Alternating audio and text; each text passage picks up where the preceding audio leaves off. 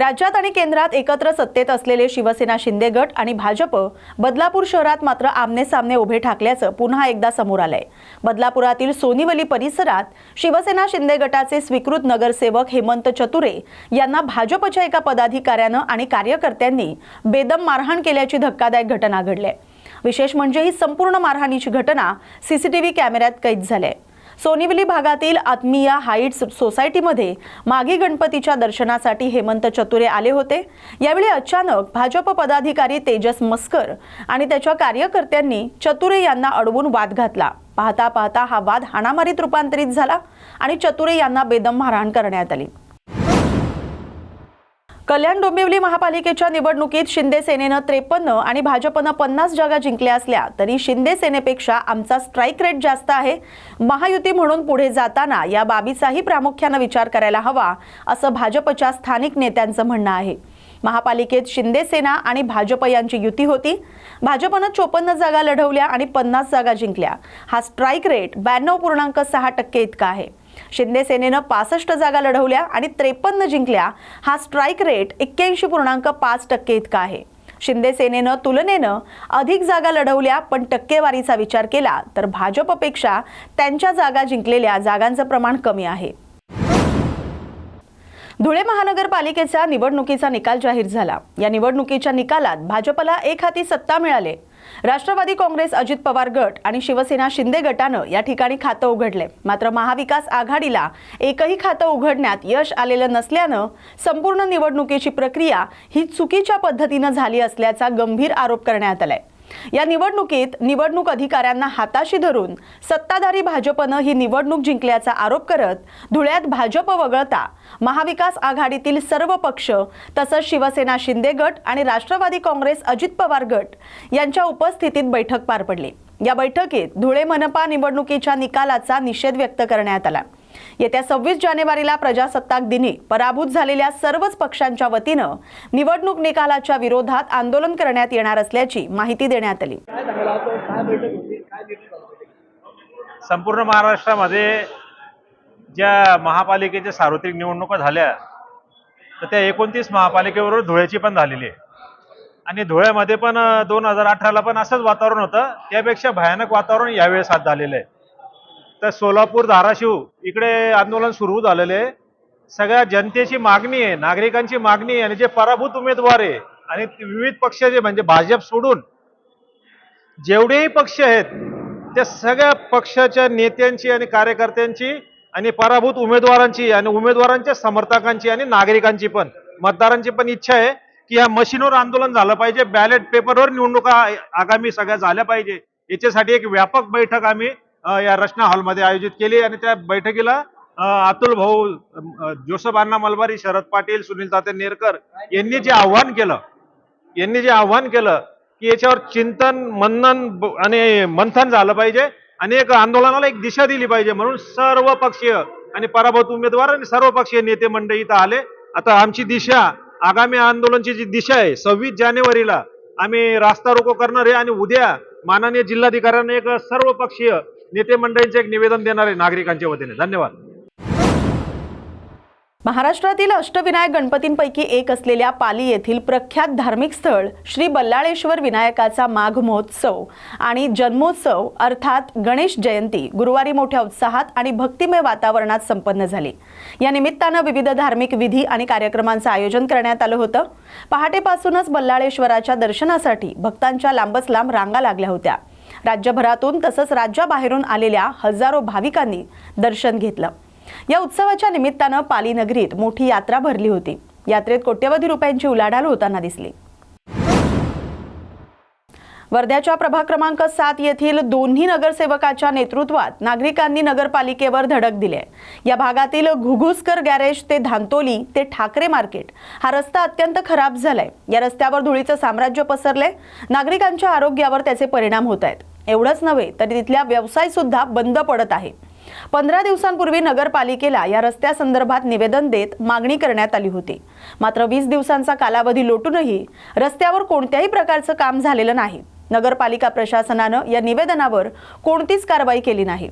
यामुळे प्रभागातील नगरसेवक श्वेता पाठक आणि मुन्ना झाडे यांच्या नेतृत्वात नागरिकांनी धडक दिली. 15 दिवसात रस्त्याच्या दुरुस्ती संदर्भात निर्णय न झाल्यास ठिय्या आंदोलनाचा इशारा देण्यात आलाय. आमच्या प्रभाग क्रमांक 7 घुग्गुसकर गॅरेज ते पावडे चौक ते धंतोली चौक आणि धंतोली चौक ते ठाकरे मार्केट चौक या रस्त्याचं बांधकाम एकदम आता म्हणजे रस्ता पूर्ण खराब झालेला आहे आणि इतका त्रास आहे लोकांना. त्यासाठी आज आम्ही वर्धा नगरपालिकेवर धडक मोर्चा नेला होता. कारण की 24 तारखेला आम्ही जेव्हा निवेदन दिलं होतं त्यांना आम्ही विनंती केली होती की काय परिस्थिती आहे, कोणत्या निधीमध्ये आपण काम करणार आहे, काहीतरी आम्हाला त्याची माहिती द्या.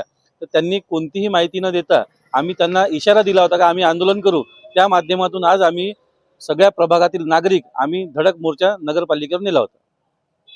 आम्हाला आता मुख्याधिकाऱ्यांनी सांगितलं आहे की काहीतरी कोणत्या तरी निधीमध्ये आम्ही बसवतो आणि प्रस्ताव पाठवतो की 28 तारखेला आम्ही प्रस्ताव पाठवणार आहे 28 तारखेपर्यंत आणि लवकरात लवकर त्वरित आम्ही रस्ता बनवून देऊ असे आम्हाला आश्वासन त्यांनी दिलेले आहे. नगर परिषद शाळांमध्ये सर्वसामान्य गरीब घरातील मुलं शिक्षण घेतात. त्यामुळे शहरातील या शाळेच्या सर्व विद्यार्थ्यांना चांगलं अध्यापन आणि शैक्षणिक सुविधा उपलब्ध करून देण्याचा प्रयत्न आहे, असं प्रतिपादन पालकमंत्री डॉक्टर पंकज भोयर यांनी केलंय. रामनगर येथील वर्धा नगर परिषदेच्या कमला नेहरू हायस्कूलमध्ये उभारण्यात आलेल्या वातानुकूलित ई वाचनालयाचं लोकार्पण पालकमंत्री डॉक्टर भोयर यांच्या हस्ते झालं. त्यावेळी ते बोलत होते. पालकमंत्री डॉक्टर भोयर यांनी शहरासाठी 8 ई वाचनालये मंजूर केलेत. त्यापैकी 6 वाचनालयांचं बांधकाम पूर्ण झालंय. त्यातील 2 वाचनालये सुरू झालेत. ज्या पालकांच्या विद्यार्थ्यांना घरी अभ्यास करण्याची सोय सुविधा नाही आहे, कारण असे अनेक बरेच कुटुंब आहे की परिस्थितीमुळे त्या ठिकाणी विद्यार्थ्यांना घरी अभ्यास करण्याची व्यवस्था नसते. म्हणून अशा विद्यार्थ्यांना शासनाच्या वतीनं प्रशासनाच्या वतीनं एक चांगली सुविधा अध्यापनाची उपलब्ध झाली पाहिजे. याच्याकरता आपण वातानुकूलित अभ्यासिका सुरू करण्याचा प्रयत्न या ठिकाणी केला. सर्वप्रथम एकदा साधारणतः 2 ते 3 वर्ष आधी मी ज्या ठिकाणी आपली जुनी नगरपालिका होती तिथे एक अण्णाभाऊ साठे सभागृह होतं आणि अभ्यासिकेची निर्मिती करण्यात आली होती. तिथे गेल्यावर तिथली क्षमता कमी आणि विद्यार्थी खूप मोठ्या प्रमाणात होते. ते बघून त्यावेळेस आपण निर्णय घेतला की शहरातल्या वेगवेगळ्या भागामध्ये आपण ह्या अभ्यासिका त्या ठिकाणी चालू केल्या पाहिजे. आणि नंतर आपण चित्तरंजन दास शाळेमध्ये सुरू केली. एक नीरज बुटे नावाचे समाजसेवक युवा कार्यकर्ता त्या ठिकाणी होता. अनेक सामाजिक उपक्रम त्या ठिकाणी राबविले त्यांच्या माध्यमातून होते. तर त्यांनी देखील त्यामध्ये पुढाकार घेतला होता. त्यांच्या संघटनेची मागणी होती की आपल्या वर्धा शहरामध्ये वेगवेगळ्या ठिकाणी वातानुकूलित अभ्यासिकांची निर्मिती ही झाली पाहिजे. मग आपण चित्तरंजन दास शाळेत देखील चालू केलं. नंतर आमच्या राखीताई पांडे ह्या स्टेशन पैलमधून निवडून येतात. त्याही भागामध्ये अनेक गरीब कुटुंब राहतात.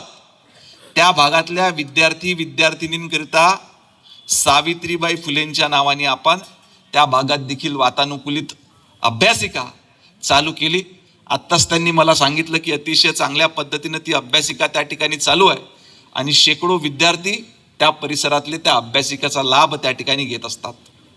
नंतर मधातल्या काळात आपण पुन्हा विशेष करून दलित वस्ती परिसरांमध्ये एक प्रीफॅब्रिकेटेड परंतु वातानुकूलित आणि त्या देखील सौर ऊर्जेवर, जेणेकरून कुठलंही इलेक्ट्रिक बिल नगरपालिकेवर म्हणा किंवा त्या भागात राहणाऱ्या लोकांवरती करता बिल आलं नाही पाहिजे याच्याकरता सौर ऊर्जेवरती जवळजवळ 8 अभ्यासिका, त्या 8 अभ्यासिका मंजूर केल्या.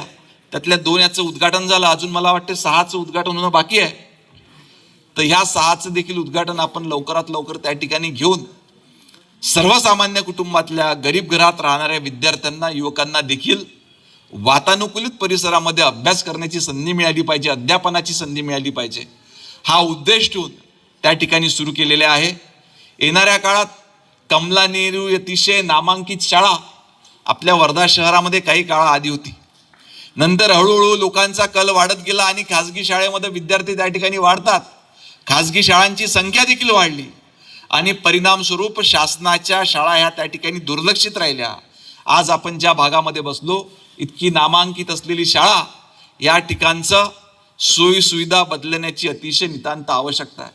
त्याच्यामुळे मी मान्य अध्यक्षांना या ठिकाणी विनंती करतो की नगरपालिका समितीने देखील लवकरात लवकर निर्णय घेऊन ह्या सर्व शाळा आपल्याला कशा चांगल्या अवस्थेमध्ये आणता येईल.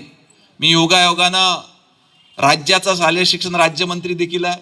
आपण तिकडून देखील काही निधी उपलब्ध करून देण्याचा प्रयत्न करू, जिल्हा नियोजन समितीमधून काही निधी उपलब्ध करू आणि नगरपालिकेने जर का एक व्यवस्थित नियोजन केलं तर या भागात शिकणारे, ह्या शाळेत शिकणारे विद्यार्थी आणि ह्या भागात राहणारे युवक किंवा नागरिक त्यांना ह्या परिसराचा फायदा कसा होईल याचा देखील आपण प्रयत्न त्या ठिकाणी करणार आहोत.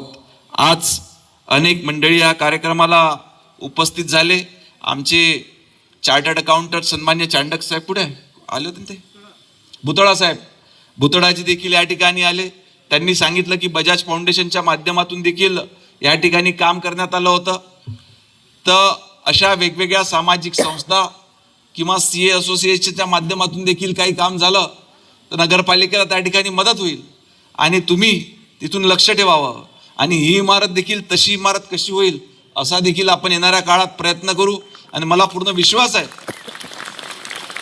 की भुतळा साहेबांच्या मार्गदर्शनात आमची ही परिस्थिती एकदम कॉन्ट्रोवर्सी वाटून राहिली. लवकरच आपण याची देखील परिस्थिती अशी करू असा मला पूर्ण आत्मविश्वास आहे. पुन्हा एकदा नगरपालिकेचे नवनियुक्त सर्व सन्मान्य सभापती, नवनियुक्त पदाधिकारी यांचं मनपूर्वक अभिनंदन करतो. येणाऱ्या काळात आपल्या माध्यमातून वर्धा शहराकरता चांगलं काम जे नागरिकांना कामात पडेल, युवकांना कामात पडेल, विद्यार्थ्यांना कामात पडेल असं काम होईल अशी अपेक्षा बाळगतो आणि माझे 2 शब्द संपवितो. धन्यवाद. 2021 नंतर पुन्हा एकदा महावितरण कंपनीच्या ग्रामीण भागातील पथदिव्याचा विद्युत पुरवठा खंडित करून गावं अंधारात ढकलण्याचा बडगा उगारलाय. या विरोधात पुन्हा एकदा सरपंच संघटनेनं महावितरण कंपनीनं गावातील इलेक्ट्रॉनिक पोल, ट्रान्सफॉर्मर, कार्यालय याचा कर द्यावा, त्यानंतरच पथदिव्याचं बिल ग्रामपंचायत भरेल अशी भूमिका सरपंचांनी घेतली आहे. यासंबंधी जिल्हाधिकारी आणि मुख्य कार्यपालन अधिकाऱ्यांना निवेदन देण्यात आलंय. खंडित केलेल्या विद्युत पुरवठ्याची पुनर्जोडणी करून द्यावी, तसंच पूर्वीप्रमाणे बिलाची भरणा शासनानं करावी अशी मागणी करण्यात आली. आज वर्धा जिल्हा सरपंच संघटनेच्या वतीनं माननीय मुख्य कार्यपालन अधिकारी परागजी सोमण यांना सर्व सरपंच संघटनेचे पदाधिकारी आणि सरपंच महोदयांनी आम्ही निवेदन दिलं आहे की वर्धा जिल्ह्यामध्ये जे महावितरण कंपनीच्या मार्फत ग्रामपंचायत क्षेत्रातील स्ट्रीट लाईटच्या कनेक्शन काटल्या जात आहे. स्ट्रीट लाईटचे 2021 सालीमध्ये सरपंच संघटनेने आंदोलन करून या सर्व गोष्टीला स्थगिती दिली होती आणि शासनाने आम्हाला त्याच्यामध्ये एक मदत केली की स्ट्रीट लाईटची बिलं न भरता लाईट आतापर्यंत सुरू होत्या. परंतु आतापर्यंत जे लाईट बिल भरण्याची व्यवस्था होती ती जिल्हा परिषद आणि शासन हे महावितरणला करत होते. परंतु पुन्हा यांनी तोच प्रश्न आणला आहे की आपले याचे स्ट्रीट लाईटचे जे काही बिलं असतील ती ग्रामपंचायतनी भरावे. आणि हे का आलं आहे याचा वर्धा जिल्हा हे एक्सपेरिमेंट किंवा एक प्रयोगशाळा म्हणून या लोकांनी वापरण्याचा प्रयत्न केला आहे की वर्धा जिल्ह्यामध्ये एक शासनाचा आम्ही मोठ्या प्रमाणात आता वर्धा जिल्ह्यामध्ये ग्रामपंचायतवर प्रशासक आहे आणि प्रशासक असल्यामुळं प्रशासक याला विरोध करू शकत नाही आणि फार थोड्या ग्रामपंचायती ज्या आहेत त्या सरपंच आहेत आणि त्याही ग्रामपंचायतमध्ये लाईट बिल कापल्या जात आहे. हा अतिशय खेदाची बाब आहे. आज गावं अंधारात चालली आहे आणि या गोष्टीचा निषेध करण्यासाठी आणि शासनाला कळवण्यासाठी आम्ही आला की स्ट्रीट लाईटची बिलं कापायची नाही. स्ट्रीट लाईटची बिलं ग्रामपंचायत भरायला तयार नाही असं अजिबात नाही. आम्ही भरायला तयार आहे. मग शासनाला आम्हाला ग्रामपंचायतला एवढा अधिकार द्यावा की जे काही इन्स्ट्रुमेंट महावितरणच्या आमच्या गावामध्ये लागले आहे, मग पोल असेल, DP असेल, ऑफिसेस असतील, तिथले कुठले त्यांच्यावरती आम्ही टॅक्स आकारणार. त्यांनी आमचा टॅक्स भरावा. आम्ही लाईटची बिलं भरायला तयार आहे. परंतु हल्ली जे होत आहे ते मोठ्या प्रमाणात बिलं पेंडिंग आहे हे आम्ही मान्य करतो, पण पाणी पुरवठ्याचं कुठलंही बिल आमचं पेंडिंग नाही. फक्त आम्ही स्ट्रीट लाईटची बिलं भरणार नाही, कारण त्याच्यामध्ये शासन आणि जिल्हा परिषद ही बिलं महावितरणला त्यांनी भरावी, हेच आमची मागणी आहे.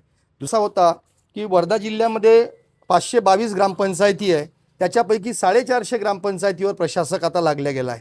आणि आम्ही वर्धा जिल्हा सरपंच संघटना कोर्टात गेली होती आणि कोर्टचा निर्णय आला 9 एप्रिल 2025ला की जवळपास 4 महिन्याच्या आत ग्रामपंचायतच्या ताबडतोब निवडणुका घ्याव्यात आणि 3 दिवसामध्ये आम्ही प्रोग्राम लावतो असं एक ॲफिडेव्हिट इलेक्शन कमिशनच्या वकिलांनी कोर्टाला सादर केलं. त्याचं इम्प्लिमेंटेशन अजूनही महाराष्ट्र शासनाकडून झालेलं नाही किंवा इलेक्शन कमिशननं केलेलं नाही.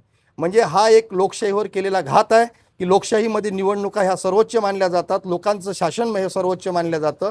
परंतु आज इलेक्शन कमिशन हे या गोष्टीसाठी टाळाटाळ करून राहिलं आणि वर्धा जिल्ह्यामध्ये 12 फरवरीपासून जवळपास 500 ग्रामपंचायतीवर प्रशासक लागणार आहे. आणि प्रशासक कोण असेल तर प्रशासक लागल्यामुळं मोठ्या प्रमाणात गावात भ्रष्टाचार सुरू आहे, मोठ्या प्रमाणात पैशाचा अपव्यय सुरू आहे आणि गावाच्या विकासावर कुठलंही लक्ष नाही. गावातला कोणी एखादा माणूस जर बोलला तर त्याला 353ची भीती दाखवल्या जाते. अशा पद्धतीची एक व्यवस्था ग्रामीण भागात सुरू झाली आहे.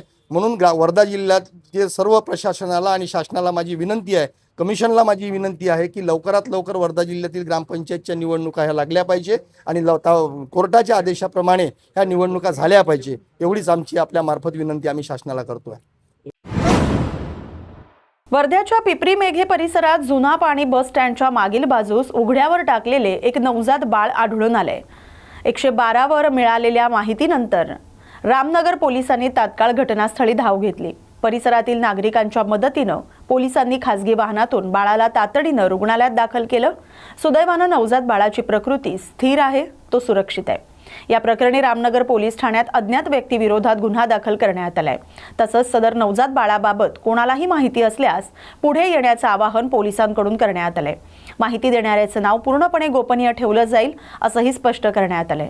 आज दुपारी अंदाजे 1:30 ते 2च्या दरम्यान डायल 112वर आम्हाला कॉल आला की पिपरी मेघे परिसरात जुनापानी बसस्टँडच्या मागे एक नवजात शिशू त्याला कोणीतरी उघड्यावर टाकलेलं आहे. त्या इन्फॉर्मेशनवरून आमचे डायल 112चे अंमलदार लगेच स्पॉटला पोहोचले आणि तिथे हजर असलेल्या लोकांच्या मदतीने त्यांनी प्रायव्हेट गाडीने लगेच त्यांना हॉस्पिटलला पोचवलं आहे. सध्या बाळ जिवंत असून चांगलं आहे आणि त्या प्रकरणात अज्ञात आरोपीविरुद्ध आम्ही पोलीस स्टेशनला अपक्रमांक 58/26 कलम 93 BNS प्रमाणे गुन्हा नोंद केलेला आहे. आणि माझं लोकांनासुद्धा आव्हान आहे की जर त्यांना सदर अर्भकाचे आईवडील कोण याची जर माहिती असेल तर त्यांनी आम्हाला तशी माहिती द्यावी. त्यांचं नाव आम्ही गोपनीय ठेवणार आहोत, असा जनतेला आव्हान आहे. येवला परिसरात बदलत्या हवामानामुळे कांदा पिकावर मोठा परिणाम होतोय. ढगाळ वातावरणाचा फटका बसतोय, तर दुसरीकडे पालखेड डावा कालव्याला पाणी आलं असलं तरी वितरिकांना अद्याप पाणी सोडण्यात आलेलं नाही. त्यामुळे शेतकरी तुषार सिंचनाद्वारे कांदा पिकाला पाणी देत आहेत. मात्र ही व्यवस्था खर्चिक आणि अपुरी असल्यानं वितरिकांना लवकरात लवकर पाणी सोडावं, जेणेकरून कांदा पीक वाचेल, अशी मागणी शेतकऱ्यांकडून केली जाते. शिवाजी लक्ष्मण खापरे, एरणगाव येथील शेतकरी आहे. यावर्षी जे काही वातावरणात बऱ्यापैकी बदल झाल्यामुळे आणि कांदा पिकावरती अतिवृष्टी झाल्यामुळे रोपांचा अडचण आल्यामुळे काही लोकांनी गहू आणि हरभऱ्यासारखी पिकं निवडली, काही लोकांनी फळपिकं निवडली. परंतु जे काही कांदा पीक आहे, जे शाश्वत लोकांनी समजलं जातं, त्या शाश्वत पिकाला क्षेत्र जे आहे ते कमी अधिक प्रमाणात काही ठिकाणी वाढलं, काही ठिकाणी कमी झालं. परंतु त्यामध्ये जे काही रोग आणि कीड नियंत्रणासाठी अमाप खर्च शेतकऱ्यांना करावा लागतोय. तरी त्यापासून पाहिजे तसं रिझल्ट जो आहे त्याचा ते आउटपुट शेतकऱ्यांना मिळत नाही. त्यामुळे जास्तीत जास्त खर्च वाढल्यामुळं भावामध्ये शेतकऱ्यांच्या कांद्या भावाविषयी काहीतरी शासनानं निर्णय घेतला पाहिजे. तसंच आता काही जे काही वितरिका जे आहे, पालखेड कॅनलला पाणी चालू आहे, पण वितरिकांना अजून वेळ आहे. आणि काही ठराविक भागामध्ये पाणी विहिरींचं जे आहे किंवा जे काही अनेक जलस्रोत आहे, नदीचे असतील वगैरे, ते कोरडे पडले. त्यामुळे कांदा पीक, गहू पीक, इतर पिकांना जे आहे पाण्याची आता गरज आहे. वापसा अवस्थेमध्ये, भुकाच्या अवस्थेत आहे. त्यांना लवकरात लवकर पाणी भेटण्यासाठी पालखेड कालव्याच्या ज्या काही वितरिका आहे, ज्या 33, 34, 35 या वितरिकांना लवकरात लवकर पाणी सोडण्यात यावं. त्यामुळे या ठिकाणी तुषार सिंचनासारखे जे काही प्रवाही सिंचन पद्धती आहे त्या आपल्याला अवलंबून ते पीक कसं पाणी येईपर्यंत तग धरून ठेवायचं, यासाठी शेतकरी आता प्रयत्नशील आहे. आणि वातावरणातील बदलामुळे ॲव्हरेज जे काही त्याचं उत्पन्न आहे ते घटणार आहे. त्यामुळे त्याचा भावावर परिणाम होईल, म्हणून शासनाने त्याचा विचार करावा. अमरावती जिल्ह्याच्या अचलपूर नगर परिषदेत भाजप आणि एमआयएम युती झाल्याची जोरदार चर्चा सध्या राजकीय वर्तुळात रंगली आहे. विषय समितीच्या निवडणुकीत एमआयएमच्या नगरसेविकेला पद मिळाल्यानंतर या चर्चांना उधाण आलंय. या पार्श्वभूमीवर नगराध्यक्ष रुपाली माधने यांच्यासह इतर नगरसेवकांनी सत्कार केल्यानं संशय अधिक गडद झाला. मात्र भाजप एमआयएम युती झाली नसल्याचं स्पष्ट करत नगराध्यक्ष रुपाली माधने यांनी आरोपांचं खंडन केलं. त्याचबरोबर त्यांच्या पती अभय माथने यांनीही स्पष्टीकरण देत अचलपूर नगर परिषदेत एमआयएमचा स्वतंत्र गट अस्तित्वात नसून भाजपचा कोणताही करार झालेला नाही असं स्पष्ट केलंय. एमआयएमचे अमरावती जिल्हाध्यक्ष सय्यद मुजीब यांनीही भाजपसोबत कोणतेही गठबंधन झालं नसल्याचं ठामपणे सांगितलंय. एमआयएमचे 3 नगरसेवक राष्ट्रवादीसह इतर पक्षांच्या गटात सहभागी झाल्यानं समिती मिळाल्याचं त्यांनी स्पष्ट केलंय. मैं सैयद मुजीब एमआईएम जिला अध्यक्ष जो अचलपुर नगर परिषद में एमआईएम के 3 नगर सेवक चुनकर आए थे, आज सुबह से पेपरों में, सोशल मीडिया पर और इलेक्ट्रॉनिक मीडिया पर ये रोमर चलाया जा रहा है कि एमआईएम ने बीजेपी को समर्थन दिया। ये बात 100% गलत बात है। एमआईएम ने बीजेपी को समर्थन नहीं दिया है। एमआईएम के 3 कारपोरेटर्स और 3 अपक्ष और 2 राष्ट्रवादी के नगर सेवकों का एक गठ बनाया हुआ है 8 लोगों का। वो गठ की बुनियाद पर नगर परिषद अचलपुर में उनको एक समिति मिली है और कांग्रेस समिति से बाहर होने की वजह से ये उल्टे सीधे एलिगेशन एमआईएम पर लगा रही है, क्योंकि एमआईएम का पूरे महाराष्ट्र में एक बेहतरीन प्रदर्शन हुआ है। इसलिए कांग्रेस हमेशा से एमआईएम को बदनाम करने की कोशिश करती है। आज भी कांग्रेस और कांग्रेस की सहयोगी पार्टियां एमआईएम को बदनाम कर रही है कि एमआईएम ने कांग्रेस बीजेपी के साथ गठबंधन किया। ये बात 100% गलत है। एमआईएम का कहीं भी बीजेपी के साथ में गठबंधन नहीं हुआ है।